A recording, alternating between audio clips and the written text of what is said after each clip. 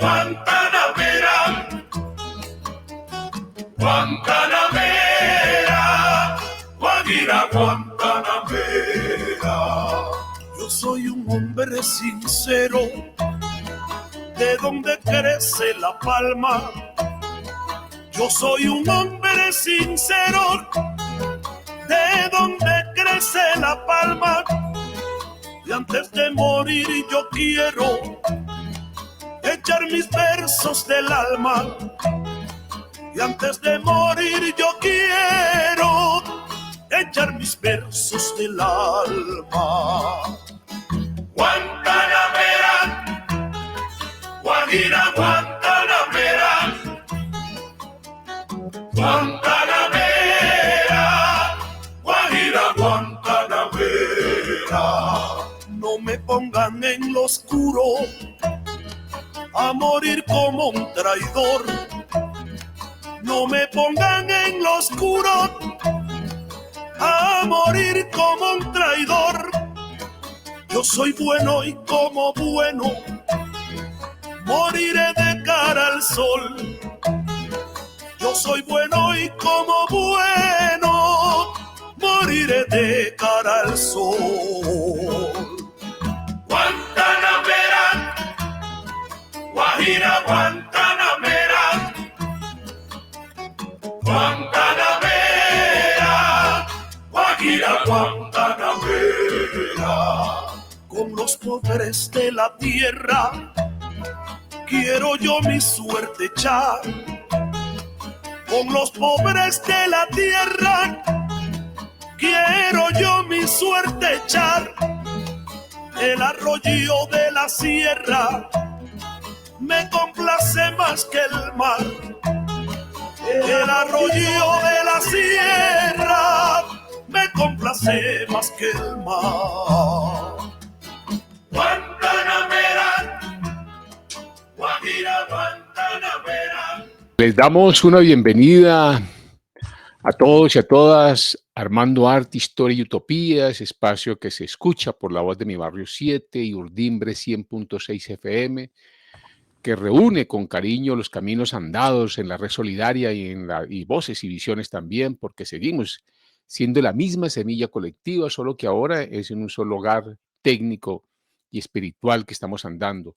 Les invitamos a unirse a este canal, a caminar con nosotros, nosotras y sostener este tejido de memoria y creación y esperanza que no se rinde. Aquí seguimos armando arte, historia y utopías para otros mundos posibles que dignifiquen las vidas con las que convivimos. Nuestro programa de hoy es Semillas de Dignidad, la historia de Mónica Lara y su padre. Bienvenida, Mónica, y vamos a ir poco a poco tejiendo esta conversa, este encuentro maravilloso de hermanamiento. Primero es un gusto saludarte desde la distancia, desde tu país, desde tu región, tu territorio, y tú estás en España, ¿no? Hace un buen tiempo, pero primero salúdanos a nosotros, acá tus hermanos de la Vía Yala, de la Anahuac y Tahuantinsuyo. Buenos días, Armandito, ¿cómo estás? Buenos días a todos los compañeros y compañeras que nos verán en este programa. Un saludo fraterno a 10.000 kilómetros, como dices tú, hacia Vía Yala, a ese cordón umbilical que tengo allí en esas tierras que me vieron nacer. Navarrito, sí, estoy desde aquí, desde Barcelona, España. Aquí me encuentro en este momento. Bueno, qué bueno, Mónica, nos alegra muchísimo poder hacer esta conversa, este encuentro. 40 años han pasado, ¿no? Sí. Una noche, el 14 de noviembre del 85, mientras todo el país miraba con angustia la tragedia de Armero, incluso hacía 8 días antes había pasado lo del Palacio. Ricardo Lara Parada, tu padre, cofundador del ELN y padre pues de Mónica, con la que estamos hablando, caía asesinado justo en la entrada de su hogar. Y ese mismo día del mismo año, claro, a más de 400 kilómetros más al norte, también era pues caído en Barrancabermeja, en la región del Magdalena Medio, tu padre, cofundador, ¿no? Cofundador del movimiento del Ejército de Liberación Nacional. Y pues hoy tendría 86 años, ¿no? Estaríamos Sí, cumpliendo 86 años, tu papá, ¿no? Que nació así en es, el... el 12 de octubre nació él, el Día de la Resistencia Indígena, imagínate. Sí, Ya, ya su fecha de nacimiento parece que determinaría un poco lo que iba a ser su carácter, su lucha y resistencia, ¿no? sí. Mónica, pues voy a tratar de acercarme a ti un poquito. eh, es una mujer que ha convertido una historia marcada por la violencia en un camino de memoria, dignidad y búsqueda de la verdad. Pues es hija de Ricardo Lara, ya como lo habíamos dicho, líder social, ex dirigente del ELN asesinado en el 85. Mónica ha dedicado su vida a reconstruir, digamos, su legado humano y político desde una mirada crítica, también sensible y profundamente ética. Su voz también ha sido firme, pero serena, invitando, digamos, a comprender que la memoria no es revancha, sino un acto de amor y de responsabilidad con el país, ¿no, Mónica? Que aún sueña con justicia social y paz verdadera.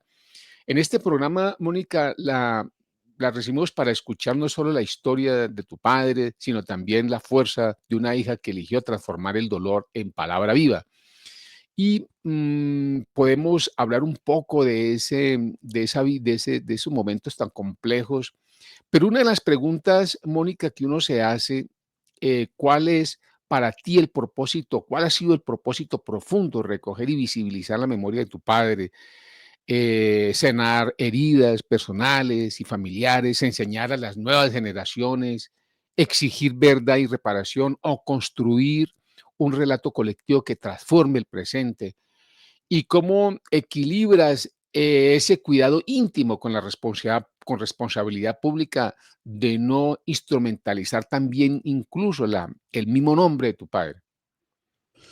Bueno, Armando, primero que todo, yo soy hija de Ricardo Lara y de María del Rocío Agudelo Hernández, ¿no? Porque Sí, no puedo ser hija sin madre, sí, sí. totalmente, Mónica. Disculpa ahí ese, Sí, no, no te preocupes porque pues lo digo acá porque como no reivindicara, hombre, a mi madre, ¿no? a tu mamá. ¿Tu mamá Sí, todavía vive no, mi mamá falleció en el 2017, en el 2007. Ah, ya. Sí, sí, ya no tengo a mis padres conmigo en este momento.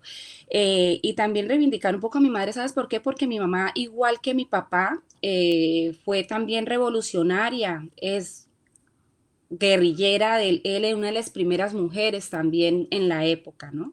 Ujú. Y bueno, y después pues, transitaron hacia el tema de la paz. Bueno, en cuanto al proceso de memoria, pues acerca de todo lo que planteabas, que qué es lo que busco, que es entre verdad, justicia, reparación, vindicaciones, yo creo que todo un poco. Mira, uno no elige ser hija de, ¿no? Y llega uno a este mundo rodeado de unas personas, de unos cuidadores, de unos padres que tienen toda una trayectoria y unas formas de vida que cuando uno está pequeñita, pues uno no entiende y naturaliza muchas cosas, ¿no? Las ausencias, el esconderse, el tener que estar viajando de un país a otro, el no decir tu verdadero nombre, el tener que cambiar tu apellido, ¿sí? El estar pues migrando, ¿no? Migrando. Migrando por no decir estar de asilo en asilo, ¿no? Yo crecí en ese contexto, en ese entorno donde no tuve una niñez, tuve una niñez feliz, porque pese a todo tuve una niñez muy feliz, pero no fue una niñez normal, por decirlo de alguna manera, que creces tú en una familia donde están, pues se supondría, ¿no? Que debería estar, pues, un despertar tranquilo, los padres que te llevan al colegio, que te reciben en la casa, que puedes salir con naturalidad, que vas a un parque a comer un helado, pues no. La niñez mía fue en medio de reuniones políticas, de bazares, de campañas, de muertos, de ausencias, de alegrías. Bueno, fue como toda una aventura. Y cuando matan a mi papá, pues cuando asesinan a mi papá, la vida cambia impresionantemente porque es como si esa parte que viviste durante 9 años, de un momento a otro te la bloquearan, porque mi madre cuando asesinan a mi papá, lo que ella hace es alejarse y alejarnos de absolutamente todo, ¿no? Y entonces vivimos ahí sí la vida que se supone debería vivir una infancia normal, que Sí, era la casa con la madre, los hijos, ir al colegio, jugar con tus amiguitos, a la lleva, al yerbis en la calle, compartir y disfrutar.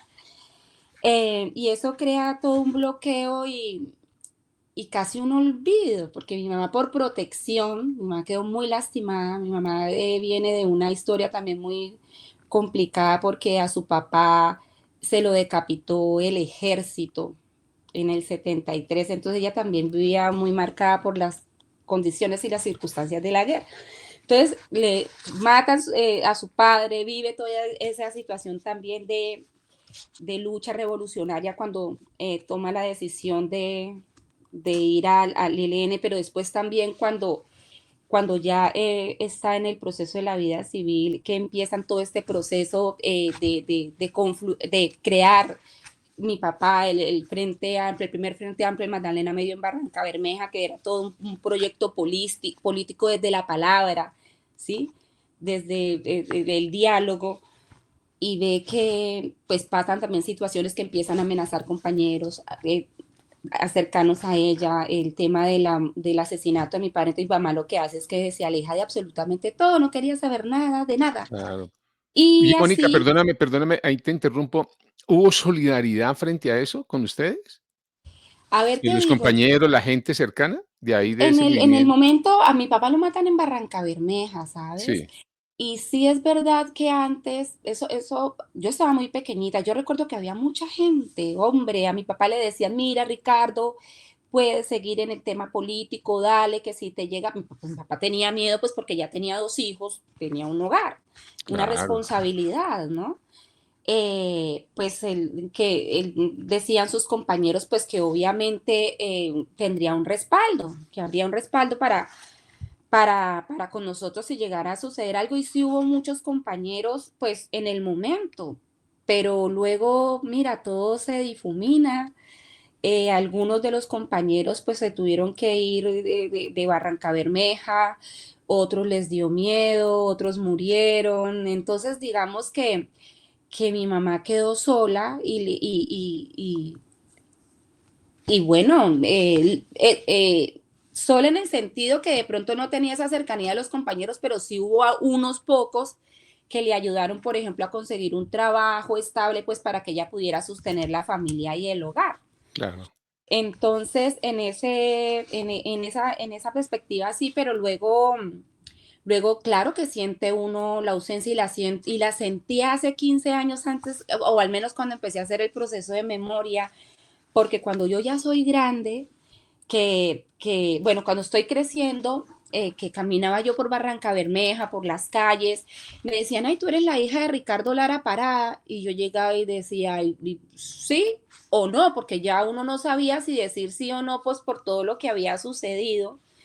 Y entonces, claro, yo decía, bueno, ¿por qué tanta gente conocía a mi papá? Acuérdate que hubo un bloqueo. Sí, Sí, a mi papá lo asesinan, nos aíslan y uno es niño, tú sabes que uno se mete en otros roles de niño y vale. Y entonces, tú eres la hija de Ricardo, yo conocí a tu papá fue un grande, tu papá fue eso. Entonces, a empezar, dile, ¿y cómo está tu mamá? Mira que va a haber una reunión acá, dile a tu mamá que vaya a este espacio político, que por qué no participa en tal, en tal movida, en tal reunión. Y claro, mi mamá decía, mira, ustedes no hagan caso, no escuchen eso, mire lo que le pasó a su papá, mira, esto está muy complicado, asesinan mucha gente, yo no quiero perder mis hijos, yo quiero que ustedes estudien, que salgan adelante, que tengan una vida normal, que si deciden tener hijos y formar hogar, que sea muy aparte de todo, porque esto es muy duro y muy cruel. Pues en esa lógica crecimos mi hermano y yo, pero mira que la historia es como si marcara ya bueno, el destino, la genética, la historia, la memoria, la mochila, como le queramos llamar, pues crecimos, nos tuvimos que ir de Barranca Bermeja, pues porque allá entró toda esa arremetida paramilitar y tuvimos que salir desplazados para Bogotá. Y después de tantos años, mira, la historia de Lara le toca a uno el hombro así, ¿no? La mochila sale. Y entonces, que te pregunten y que te hablen de Ricardo en Barranca Bermeja, vale, porque es donde nació, es donde estuvo el movimiento, donde tú creciste, vale, pero que tú viajes a Bogotá y que empieces a conocer gente de un perfil más elevado y que digan, oye, y tu papá, mira que yo conocí a tu papá, y cómo que lo conociste, sí, porque tu papá fue un grande, entonces empiezo yo a escuchar a otros compañeros pues que hablan el tema de Ricardo. En Barranca, cuando matan a Ricardo, hay un silencio horrible porque lo que se decía de Ricardo Lara Parada es que era un traidor, que era un desertor, ¿sí? Que Exacto. había traicionado la revolución y la lucha armada y que tenía una connotación negativa y dolorosa de la que nadie hablaba, Ajá, ¿cierto? sí. Cualquiera que se atreviera a hablar de él, de su historia, a ver, ojo, o era amenazado o compañerito, le daban el toque, esa historia no se habla y hubo un silencio sepulcral. Entonces cuando llego a Bogotá que empiezo ya a hablar con compañeros que estuvieron en la organización del ELN, cuando estuvo él, y me empiezan a contar otras cosas de su dimensión humana, de su dimensión táctica, político-militar dentro de la organización, de todas las apuestas que él hacía, de las críticas que le empezaba a hacer al foco guerrillero, ¿sí? Al tema de la lucha armada en sí misma, que debería reorientarse esa forma de lucha y de transformación social, que no debería ser solo con las armas, sino que había otra apertura que era con la palabra, con la gente, con el pueblo, con el barrio.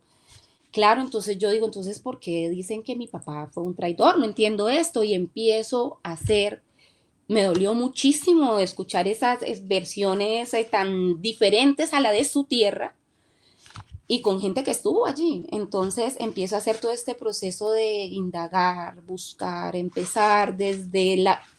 Yo no soy investigadora, Armando, yo soy psicóloga de formación y he hecho otros procesos, pero hay una ventaja y es que mi papá nos dejó muchos amigos, amigos de todas las posturas, sectores y orillas.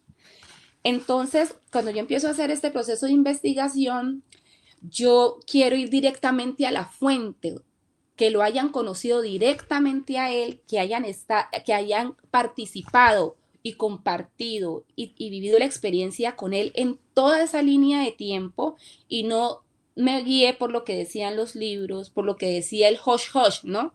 Ujú. El chisme, entonces, o el corrillo, bueno, entonces empiezo a hacer toda esta línea y hablo con compañeros del ELN que estuvieron con él desde sus inicios en la guerrilla, luego hablo con De compañeros, los compañeros que tú dices que ya hayan entrado a a la parte de paz, que ya habían entrado sí, que hicieron el sí, proceso sí, de sí, paz, sí, claro, habían compañeros que ya, o sea, entraron en todo este proceso de la amnistía de de Belisario la de amnistía, Tancuri que exacto. podía Ujú, hablar con ellos, sí, sí, sí, sí, ujú, todos, pero que vinieron de allí desde ese inicio. claro.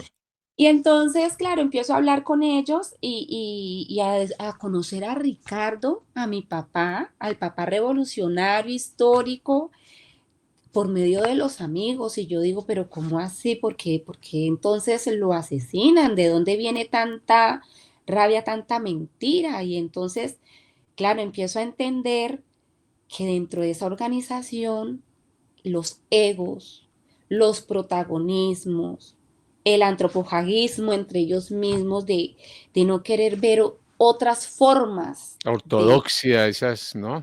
anacronismo, Sí. ¿sí? Todas estas Y situaciones posturas militares militaristas, ¿no?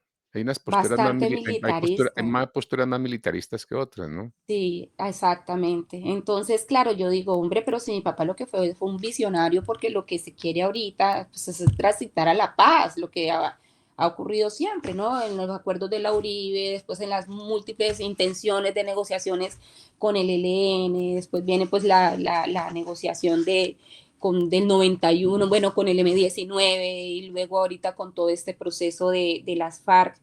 Entonces uno ve cómo el tiempo le da la razón a Ricardo, ¿no? Lo visionario, toda la apuesta transformadora de base, con la palabra, con la gente, desde otra orilla, sin un fusil y sin balas. Entonces veo bueno, empiezo a ver todo con otros ojos. Mm, y no solamente entrevisto a compañeros de este lado de acá, revolucionarios o de izquierda, también que voy y busco al general Valencia Tobar, que era pues de la otra orilla, porque era un tipo, pues a ver, era un general que estaba en los enfrentamientos con el ELN en aquella época, y él me dice, yo le pregunto que si Ricardo fue un traidor, porque pues tengo entendido que él estaba pues en el frente de toda este combate contra el ELN y cuando a él lo capturan, pues obviamente pues él estaba informado de todo lo que pasaba alrededor de Ricardo y de las declaraciones que él daba.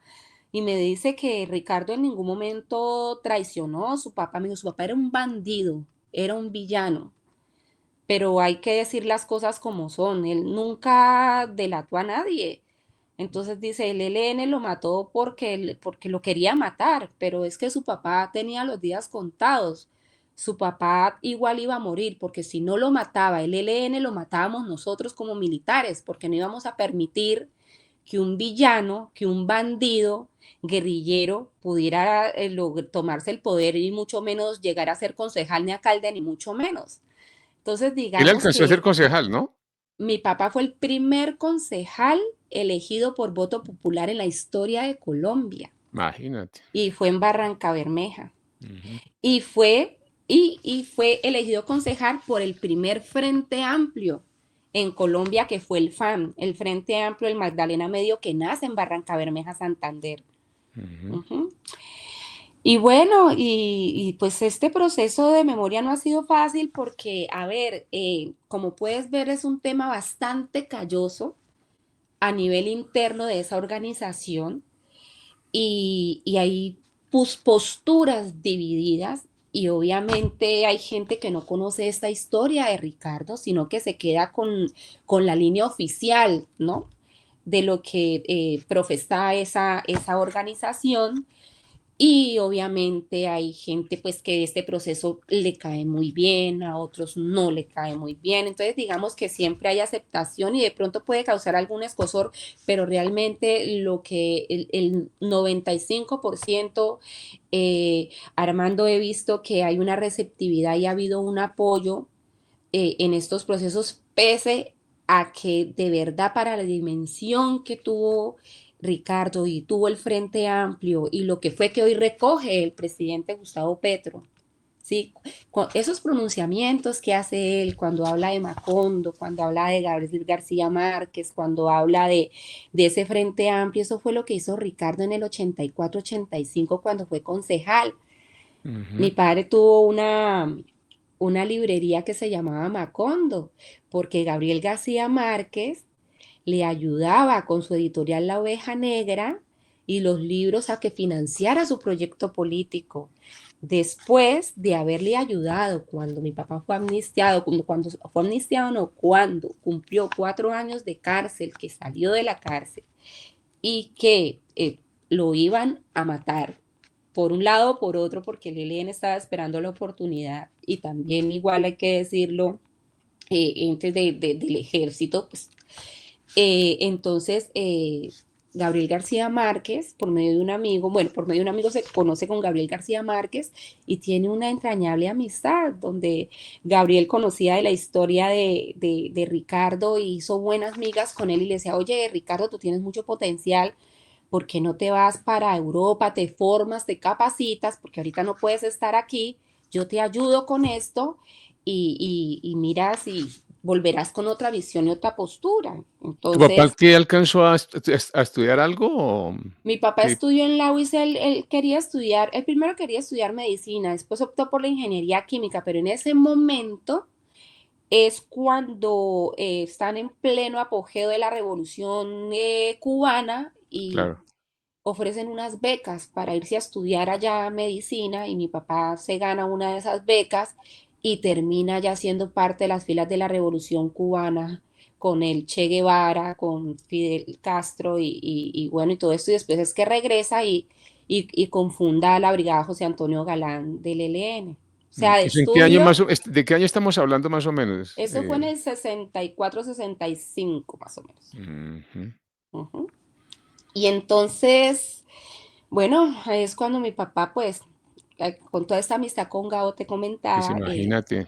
sí, se va con Panamá con el general Torrijos, después conoce a Tomás Borges y se va a Nicaragua a trabajar con los sandinistas en la revolución sandinista y conoce todo ese proceso que se está llevando a cabo, todo el tema rural, cooperativista, y entonces, pues de allá regresa otra vez a Colombia, o sea, no le hace caso a Gabo, sino que sigue con todo su proceso revolucionario y entonces regresa a Colombia y bueno, y crea el Frente Amplio del Magdalena Medio. Entonces el objetivo que yo busco con todo este proceso, mira, uno es no olvidar, hombre, todas esa historia y no solo de mi papá, sino todos esos hombres revolucionarios, visionarios que en algún momento cuando vieron que tomar las armas era una opción por todo el tema que había allí de injusticia social, de esas desigualdades, cuando estaban pues la oligarquía en ese momento atacando a sindicalistas, Pero Mónica, también lo hizo tomando, Bolívar, ¿no? Bolívar también lo hizo, ¿no? Y en el 48 lo hicieron los liberales también, siempre es una campesinos. historia, exacto.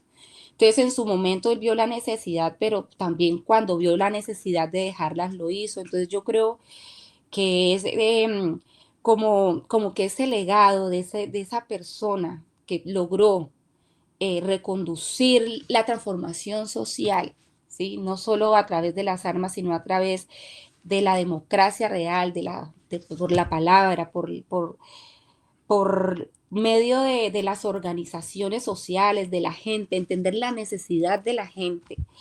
Eh, eh, del campesino, de los pescadores, de las mujeres, de los hombres, o sea, lograr entender eso a través de un proceso político, eh, es muy importante para mí que se reivindique y que se tenga presente siempre, y porque es aún vigente ahora, y no solamente quedarse con el estigma y la etiqueta del traidor, del guerrillero, ¿sí me entiendes? Entonces, eso es muy importante, que no quede en el olvido y más que todo porque lamentablemente a veces dentro de la misma izquierda buscamos como ese protagonismo, como el dar codo y, y sin instrumentalizar lo que tú decías, el apellido ni la figura, es hacer memoria porque es algo que sucedió. Y tú sabes que las generaciones que vienen, mira, yo tengo hijos, tendré nietos, no lo sé, pero sí es muy importante que se resalte esta parte de la historia porque la derecha tiene los medios de comunicación, ¿sí? La derecha tiene, me refiero a los medios de comunicación mayoritarios, por así Masivos. hegemónicos, sí, exactamente.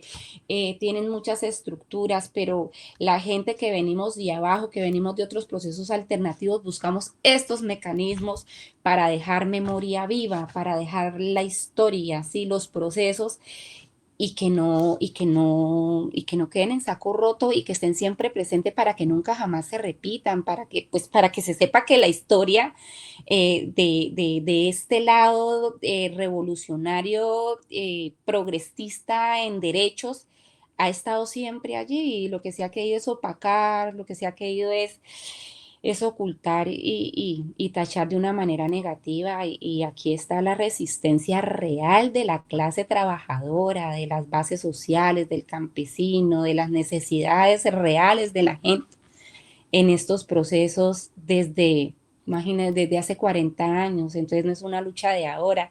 Y los No, jóvenes piensan que es que, no, es que es ahorita que está esto, ¿no? Las que van creciendo, ¿no? Y entonces los sí. que nacen ahora, entonces es muy importante hacer memoria y de esta dimensión porque nada ha cambiado, o sea, un poco sí, sí han habido transformaciones con el gobierno del cambio, pero pareciera que de fondo sigue porque seguimos continuando.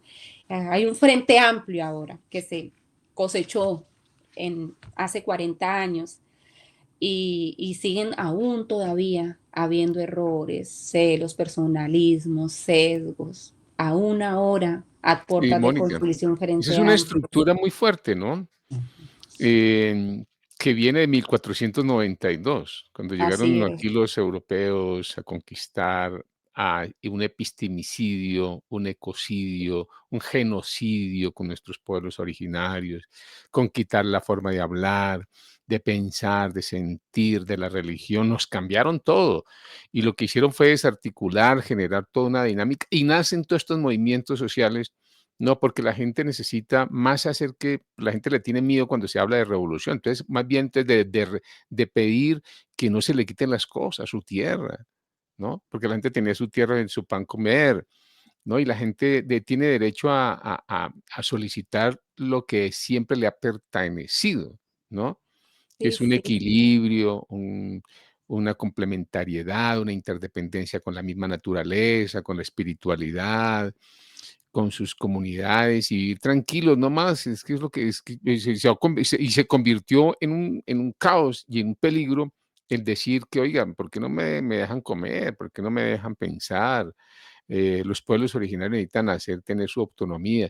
Se convirtió en un problema gravísimo eso, ¿no? Y eso se sigue ahí marcando. Un 1% de la población que se ha adueñado de todo esto, pues genera esas dinámicas y pues que yo creo que todas estas luchas sociales, de estos liderazgos importantes, con muchos errores seguramente, pero que de una u otra forma también, digamos, han contribuido a lo que tú que estabas diciendo, ¿no? Que hay unos cambios, han mejorado. Todo lo del 91, la Constitución del 91 también fue un ejercicio muy importante. Gracias a todos esos antecedentes, de todos estos líderes y lideresas que estuvieron ahí, digamos, hablando, reflexionando y transformando, digamos, todas esas complicaciones. Yo te invito a escuchar algo, me parece chéverísimo que pudiéramos también tener aquí otra voz, eh, que canta, ¿no? Que dicen muchas cosas y vamos pensándonos otras, vamos a empezar a seguir ampliando porque otra de las preguntas que uno tiene, Mónica, para que la vayas pensando, ¿cómo ha sido para ti, digamos, si tu familia cargar con ese estigma que este país impone a quienes tuvieron un padre guerrillero, que tuvieron un padre militar, un hermano, simplemente alguien marcado por la guerra, incluso cuando sus apuestas posteriores fue la paz y la justicia social? Ahora me la contestas, pero hablemos un poquito escuchemos a Ricardo Semilla. mm,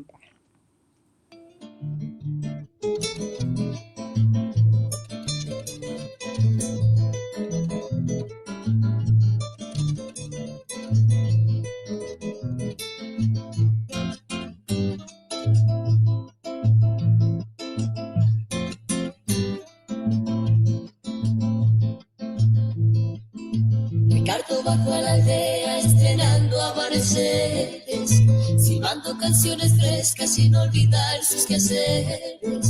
La aldea ese día nuevo salió al sol muy en silencio y dejó que el aire tibio regara bien los sucesos. Ay, ay, ay, ay, regara bien los sucesos. Ay, ay, ay, ay, regara bien los sucesos.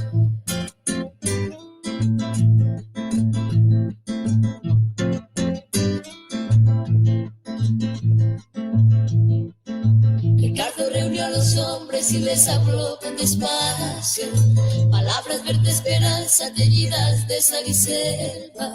Les dijo: la vida es nuestra, también es nuestra la tierra. Y las palabras que traigo son semillas también nuestras. Ay, ay, ay, ay. Son semillas también nuestras. Ay, ay, ay, ay. Son semillas también nuestras.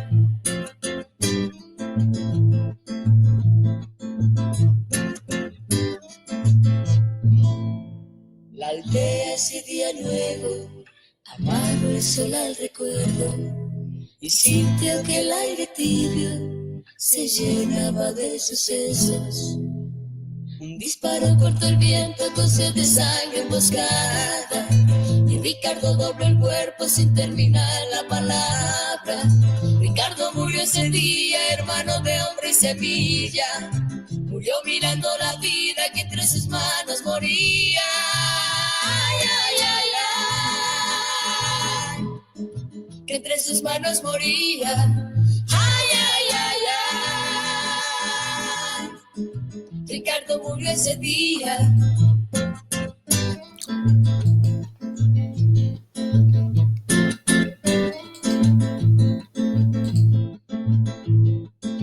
Ricardo murió ese día haciendo bien sus quehaceres. Cayó sembrando semillas de nuevos amaneceres. La vida es nuestra, muy nuestra, también es nuestra la tierra. Y las palabras que traigo son semillas también nuestras. Ay, ay, ay, ay. Son semillas también nuestras. Ay, ay, ay, ay. Son semillas también nuestras. Ay, ay, ay, ay. Ay, ay. Bueno, Mónica, muy diciente la letra, ¿no? Sí, bastante, bastante diciente, así es. Porque tú fuiste la que propusiste esa canción. ¿Por qué? ¿Qué te evoca, Mónica? Te voy a contar la historia de esa canción. A ver. Resulta que yo llevo escuchando esa canción hace mucho tiempo y el año pasado, antepasado, escucho, creo que fue a Julio Sánchez Cristo en su emisora diciendo que esa canción se la habían dedicado a Ricardo Lara Parada. Yo, uy, ¿cómo así que a mi papá? Ah, sí. Sí, pero espérate, me pongo a buscarla por ahí en Wikipedia y sí que sale algo, pero claro, como tú sabes que a veces Wikipedia puede escribirlo cualquiera, pues yo le dije, yo conocí a Ana y Jaime en Barranca Bermeja, ellos fueron cercanos a mi papá cuando estaba el Frente Amplio en Magdalena Medio, cuando estaba con mi papá empezando el FAM, y ellos fueron allá y tocaron, bueno, no esa canción porque no la recuerdo, pero sí sé que estuvieron allí tocando en esos eventos que hacían allá culturales y políticos, sociales. Entonces me puse a contactarla y le escribo a ella y le digo, Ana, mira, soy Mónica Lara, la hija de Ricardo, no sé si te acuerdas de mí. Me dice, ay, sí, bueno, tal. Le digo, oye, lo que pasa es que yo quiero tener la certeza de quién es esa canción, porque me han dicho que esa canción la escribieron para mi padre. Y me dice, mira, Mónica, yo no sé si es para tu padre, pero esa canción la escribió, no es de ellos. Ellos como, no entiendo muy bien, pero ellos como que tienen los derechos de autor y todo, pero no es de ellos, sino que es de otra persona, de un señor, no recuerdo ahorita el nombre, que es de Medellín. Tocaría que le preguntaras a él. Claro, yo no tengo el contacto. Entonces ella no me dijo que no, pero tampoco me dijo que sí. Entonces dejó como... ¿Y te dio el contacto del compositor? No, no me dio el contacto del chica. compositor porque sí. Ya estará muerto, ya se moriría. Sí, porque imagínese, hace mucho tiempo. Entonces, claro, la canción es que como anillo al dedo a Ricardo. Entonces ella llega y me dice, porque vamos a hacerle un documental a mi papá y a lo que es el Frente Amplio, le dije que, bueno, que la canción es que era increíble porque era la historia calcada. Entonces llega y me dice, pero mira, si la quieres utilizar para el documental, con mucho gusto yo te hago chévere. me la autoriza. Sí, entonces. ¿Y ya te dio la autorización? Sí, entonces ahí está el tema que no sé si sí o no. Entonces, pero bueno, pues yo. Pero chévere, uy, yo muy bien. Quiero pensar que sí. No, pues sí, hay que asumir. Es que la historia, pues sí, es que es algo que quedaré como pero no sé por qué Julio Sánchez lo dice, no sé, me gustaría algún Y la día otra sería esa, hablar con Julio Sánchez. y decirle, oye, ¿tú por qué? ¿De dónde sacas la ¿Y información? tiene la grabación cuando él dijo eso? Ay, no, me tocaría buscarla, ¿sabes? Sí, Pero la escuché, yo, ay, sí, pero sería buenísimo buscar la grabación sí, sí, y cuando sería, la tengas decirle, mire, tú dijiste esto, ¿cómo lo ¿cómo argumentas? lo sabes? Sí, ¿Cómo lo sí, me sabes? Sería gustaría, chévere. sí, sería chévere, Ah, sí, bueno, la, chévere esa anécdota, Mónica.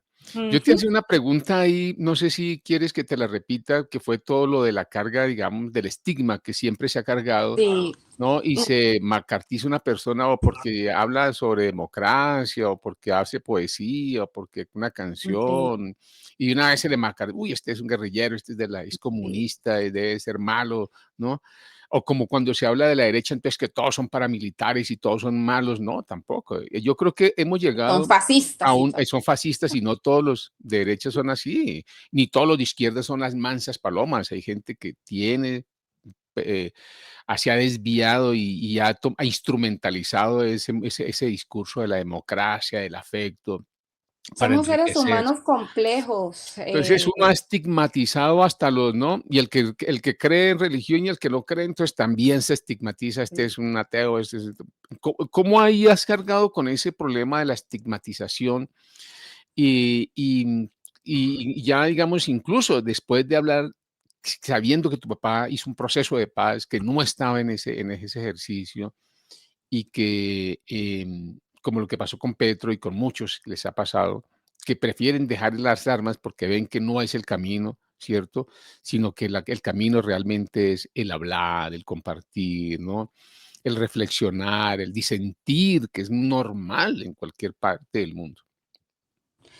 Mira, pues yo siento que yo he vivido un proceso, esto ha sido como una metamorfosis, por decirlo de alguna manera. No viví el estigma igual a los 10 años, 15, 14, 18, que en esta etapa de mi vida, ¿no? Entonces al principio, es que es increíble, al principio ser hija de Ricardo, a mí, cuando decían que era un traidor y cuando hablaban cosas negativas de él, me daba vergüenza, me daba un poco de miedo, me daba pena, o sea, no quería que supieran que era la hija de, ¿sí me entiendes? Porque quedaba yo como a la palestra me pudieran decir, agredir o hacer algo, me daba miedo, ¿no? Luego hubo una etapa cuando ya vi que no era tanto un traidor ni un delator, sino que había sido un hombre que había empuñado las armas. Claro, yo decía, entonces ahora al saber que soy hija de, me van a matar, o no puedo hablar, no puedo opinar de según qué cosas, no puedo participar en según qué cosas porque me van a matar por ser la hija de Ricardo o quién sabe. Pero luego cuando yo ya hago todo este proceso de memoria, de investigación, de indagación y veo esa transformación de lo que fue Ricardo Lara Parada y el FAM y toda su postura visionaria y política revolucionaria, que tú dices a la palabra revolución como le tenemos de miedo, pero es que la revolución es transformación y no deberías tener una etiqueta negativa, la revolución de la palabra, de los cambios. Eso es, hay que voltearle la connotación negativa a esa palabra. En mi punto de vista, yo la miro como un empoderamiento, ¿sí? En positivo. Y entonces veo yo todo este tema, cuando voy haciendo todo este proceso de memoria, me doy cuenta que no, mi papá no fue lo que me hicieron, y me hicieron o hicieron creer que era la historiografía oficial del ELN cuando empiezo a averiguar. Y entonces todo ese miedo o esa vergüenza se fue transformando en orgullo. Entonces fue transformando en orgullo, en tristeza, en frustración, ¿sí? En impotencia, en dolor, pero también como al ver los compañeros y las compañeras, cómo empiezan a ver a Ricardo, cómo empiezan a recibir a algunos jóvenes que ya entran como investigar un poco más, como a estudiar, a analizar un poco la historia y con todo este proceso de memoria que ya han salido cosas de Ricardo que no solamente es lo que escribo yo, sino lo que han escrito yo algunos periodistas, compañeros, amigos en las charlas, incluso la misma derecha, en algunos tweets y en algunas cosillas por ahí, reconocen y reivindican al Ricardo, o sea, al LN no, pero al Ricardo y su postura visionaria, porque recordemos que el Frente Amplio de Ricardo logró aglutinar diferentes sectores, desde el ala más conservadora o de más de izquierda hasta la más liberal, democrática en ese Frente Amplio. Entonces, imagínate lo que tú decías ahora, ¿no? Que ni los de derecha son tan malos, ni los de izquierda son tan santos. Entonces, digamos que mira que toda esa gama plural que hay, habían de todos los sectores y de todos los partidos que reivindican y reconocen a Ricardo y lo que fue su legado.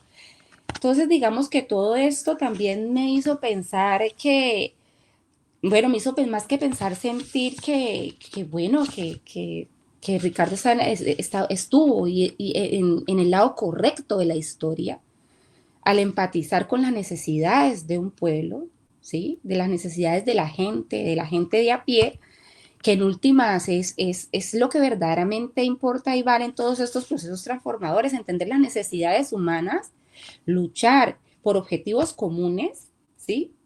Y tratar de establecer un mínimo estado de derechos fundamentales y ya está. Entonces yo creo que ese estigma ya no siento el estigma al sol de hoy internamente, que puede que me digan miles de cosas, porque, por ejemplo, hace un tanto me hicieron una entrevista en YouTube y me escribieron, pero cosas salvajes, horribles.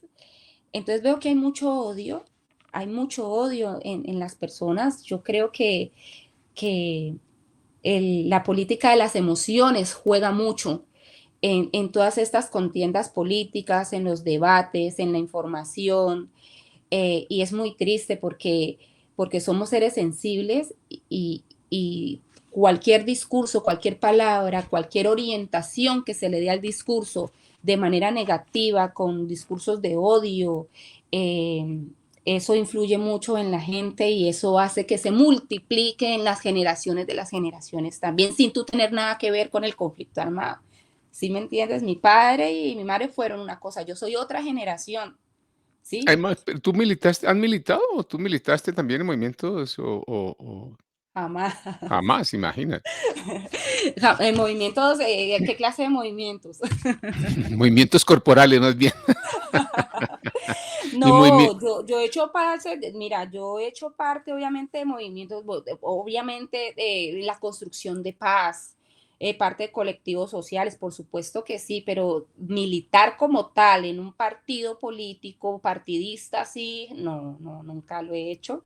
Me he dedicado a la memoria que es transversal a todo esto, obviamente soy claro. una defensora de los derechos humanos, defensora de la tierra, defensora de la memoria, de la historia, defensora de las mujeres. Claro, no, mentiras, he militado acá en la CGT a nivel sindical, ¿sí? Pero digamos que me he A veces dedicado. esas militancias, a veces en los partidos es chévere y no tan bueno, ¿no? Porque a veces hay una línea Yo, ahí.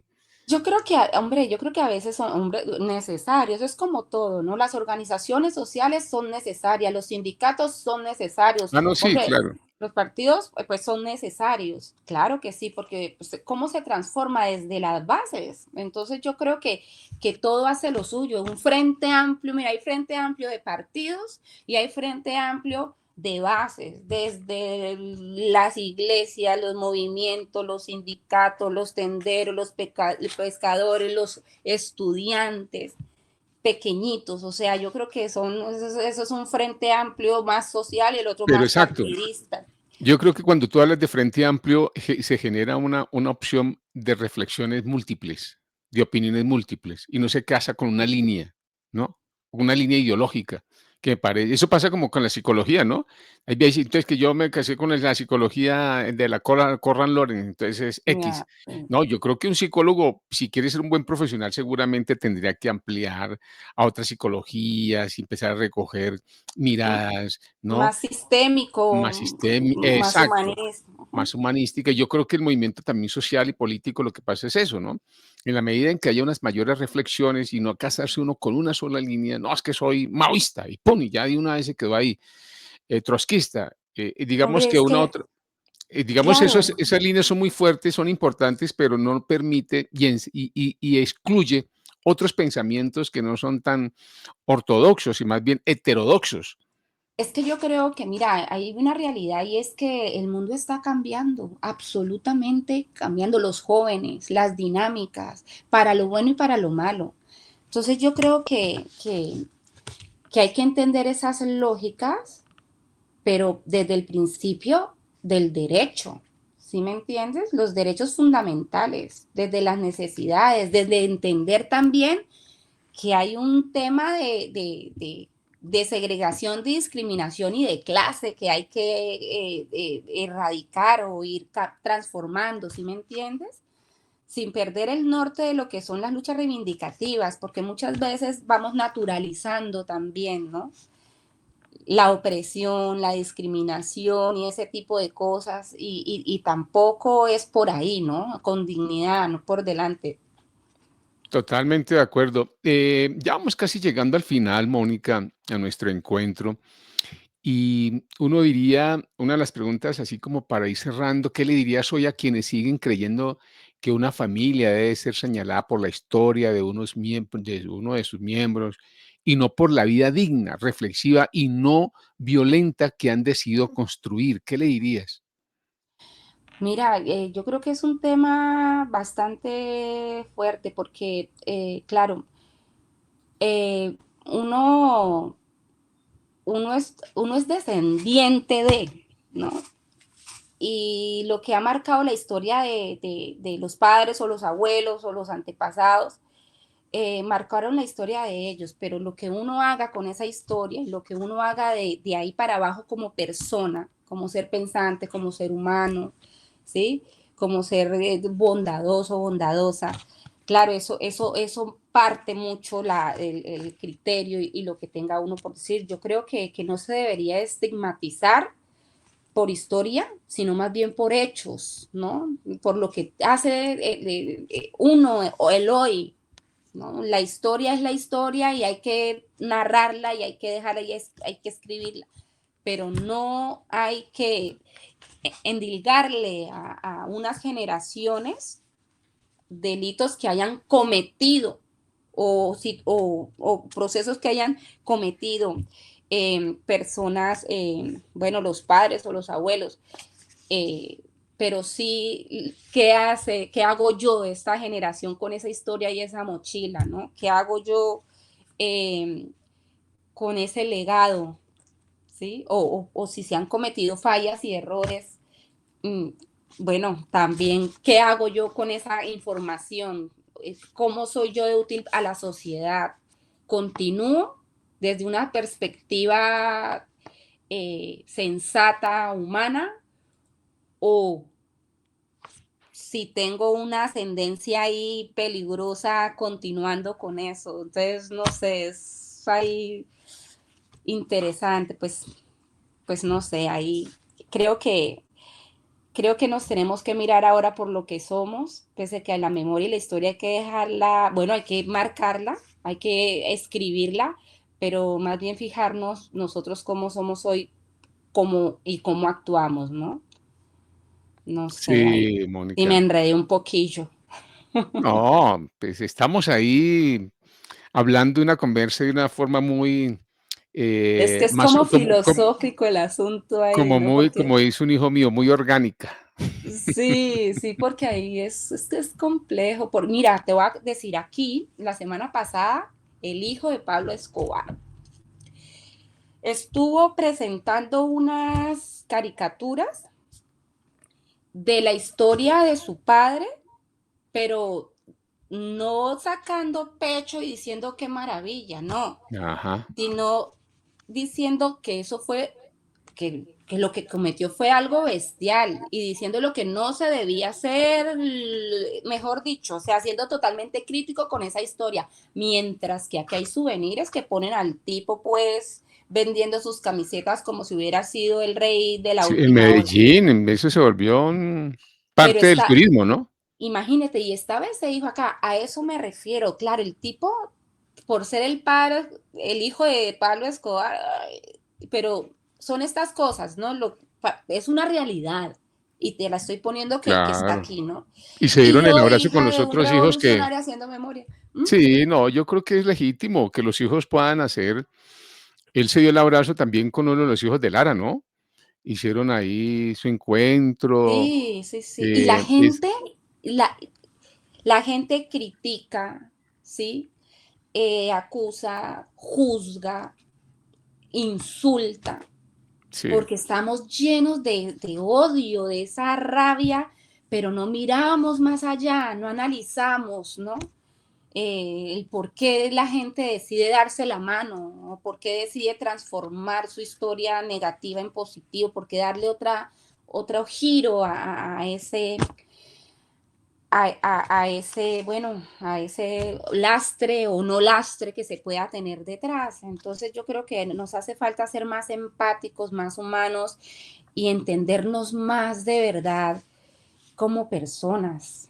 Nos cuesta sí. un poco, estamos todavía Es que esos discursos, muy... Mónica, han sido muy perjudiciales, ¿no? De ponernos a polarizarnos, que no hable política, no hable religión, no hable no sé qué, porque es que eso es peligroso. Te nos pusieron en unos puntos no muy fuertes, que hay que esconder, que hay el miedo, que hay que liberar el conservador, que anteriormente, acuérdate, nuestros padres, eso no podían decir que eran liberales en determinadas regiones Antes porque no se hablaba y ahora que uno habla porque uno habla, mira esos discursos de odio donde los medios de comunicación es natural pedir que se viole o que se mate o que se pide bala o que se destripe. ¿Esto qué es? ¿Hasta sí, dónde estamos llegando? Esto no pero puede las ser. canciones mismas, ¿no, Mónica? Y las Exacto. canciones, no, ni te digo, las canciones, los videos, eso es todo este tema de la cosificación de los cuerpos, hablando de las mujeres, es que es increíble y se Sí, normaliza eso y es una total apología a la violencia. a la violencia. Esto es una industria, esto es comercio.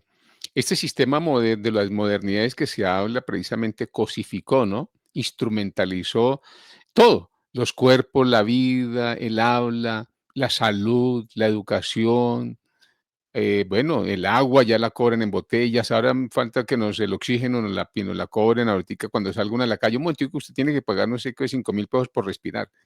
Yo creo Eso que está pasando. Hay sí, países donde solamente se puede, por ejemplo, no puede fumar aquí. Y hay un lugar donde no se puede fumar y en el resto sí. O sea, ¿qué está pasando? ¿Sí me entiendes? O sí, solo fume aquí y aquí no. La venta del espacio, del oxígeno, del aire. ¿Sí ves? Todo ujú, eso es en las dinámicas comerciales del capital. sí. Bueno, Mónica, pues nuestro encuentro pues ha dejado una huella serena y profunda. Escucharte es comprender que la memoria no es un ejercicio del pasado, sino una brújula para un país que aún busca, digamos, reconciliación, que es lo que necesitamos, una reconciliación consigo mismo. Es una voz que habita la fuerza de quien decidió transformar el dolor en claridad y el estigma en dignidad. Yo creo que eso es clave. Tus palabras nos recuerdan que la paz verdadera nace cuando las historias silenciadas encuentran espacios para ser también contadas sin miedo, con tranquilidad, muy natural. Hoy cerramos este diálogo con la certeza de que la memoria de tu padre y la tuya misma, Mónica, siguen siendo faros para un futuro más humano, más justo y sin armas, que es lo que tanto anhelamos y necesitamos, ¿no?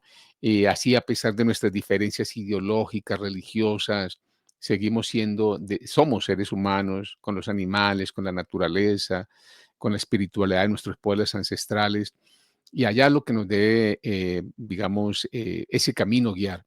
Mónica, no sé, ya para despedirnos, ¿qué quieras decir para cerrar nuestro encuentro? Eh, pues ahí te dejo unos segunditos para que despidamos nuestro encuentro y también vamos a terminar con la Aguanta la Mera para salir un poquito con energía y con ganas de ir a rumbear en España. ¿Sí se rumbea en España? ¿Así chévere o no? No, aquí no, No hay. no. Aquí hay algunos colectivos de la colombianidad que es donde se sale al ritmo de las tamboras y de las caderas y de los hombros sabroso. Pero así que tú digas de rumbear, la verdad, poco rumba, mucho trabajo y poca rumba por acá, mucha lucha y poca rumba. Bueno, Mónica, No, Armando, pues quiero agradecerte la oportunidad de interactuar contigo en este espacio, de poder hablar un poquito de lo que es la historia y la memoria al son de la música, que creo que compagina bastante bien. La música da alegría y le pone ritmo a las palabras y a la vida. Quiero agradecerte el espacio y espero que de verdad algo cambie en esta humanidad, en mi país. Yo tengo mi cordón umbilical allá y eso no se rompe, está ahí bien plantado, bien fuerte, bien enraizado bien en la enraizada, matria colombiana. sí, en la matria Entonces, colombiana. entonces quiero no agradecerte este espacio y te mando un abrazo gigante. Bueno, Mónica, y también invitarlos a ustedes para que se inscriban en el canal, ¿no? ¿Ya te Vale, inscribiste o no te has inscrito? Me imagino que entonces, si no te lo has inscrito, entonces te invito a que te inscribas, gracias. No, no, no, invites yo estoy inscrita, yo a soy tus inscrita. amigas. Estamos también invitándote para que hagamos un encuentro con tus amigas y tus compañeras que han estado también migrantes, para que Súper. hablemos un poco de ese problema y ese caos y esa problemática que es mundial además, ya histórica además. Es histórico. Y para que se inscriban en nuestro canal, agradecerle a Urdimbre Radio 100.6 FM, que nos transmite en directo, y también a La Voz de mi Barrio 7, que esto lo retransmite todos los miércoles a las 10 a.m. por su emisora. Entonces, también agradecer a las emisoras comunitarias por abrir sus micrófonos, porque estas voces llegan a otras comunidades, a otras partes. Entonces, vamos a despedirnos, Mónica. Despide ahí este encuentro con Guantanamera, pero con otra versión. Con otra versión, a ver, ¿cuál es? Un abrazo. Escuchemos a Guantanamera.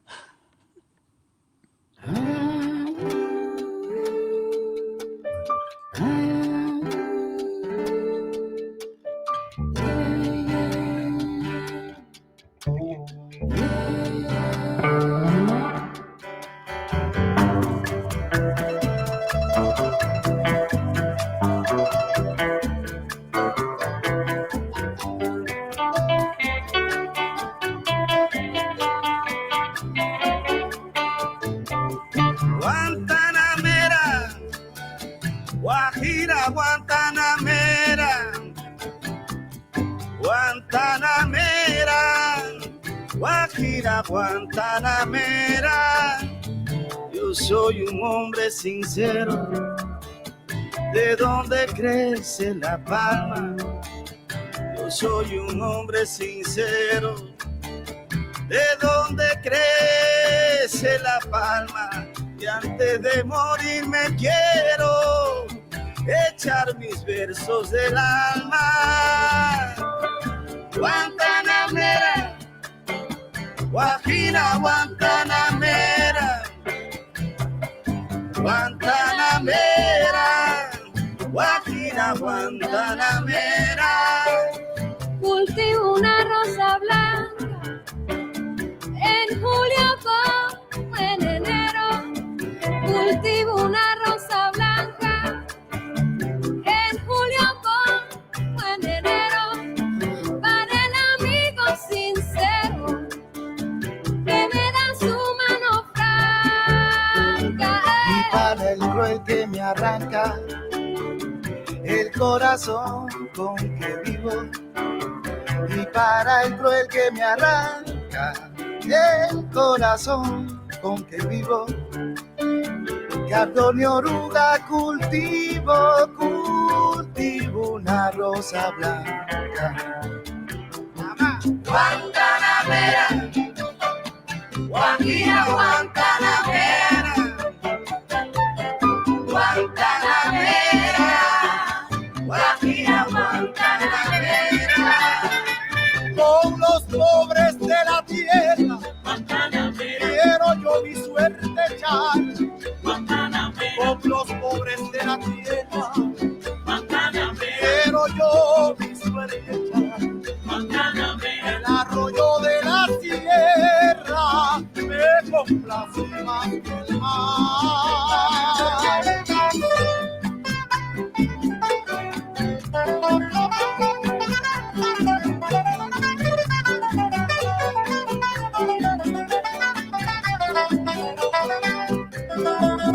Para ti, cubita linda.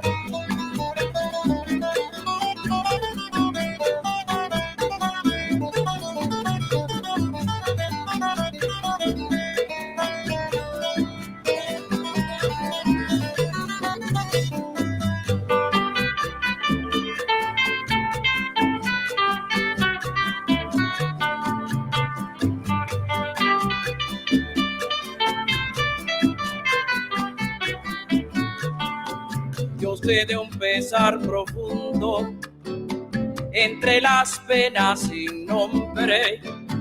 Yo sé de un pesar profundo entre las penas sin nombre. La esclavitud de los hombres es la gran pena del mundo. Guantanamera, Guajira, Guantanamera, Guantanamera, Guajira, Guantanamera. No me pongas en el oscuro a morir como un traidor. Oye, lo bien rumbero, no me pongas en el oscuro a morir como un traidor. Yo soy bueno y como bueno moriré de cara al sol, te lo digo yo. Guantanamera, Guajira, Guantanamera, Guantanamera, Guajira, Guantanamera, Guantanamera, Guajira, Guantanamera, Guantanamera, Guajira, Guantanamera. En la campiña lejana, en una calle cualquiera, en el monte, en el llano, en una esquina habanera, te entrego mi inspiración, grande como una pradera, tú que escuchas mi canción. Say with me, Guantanamera. Guantanamera, Guajira, Guantanamera, Guantanamera, Guajira, Guantanamera, Guantanamera, Guajira, Guantanamera, Guantanamera, Guajira, Guantanamera.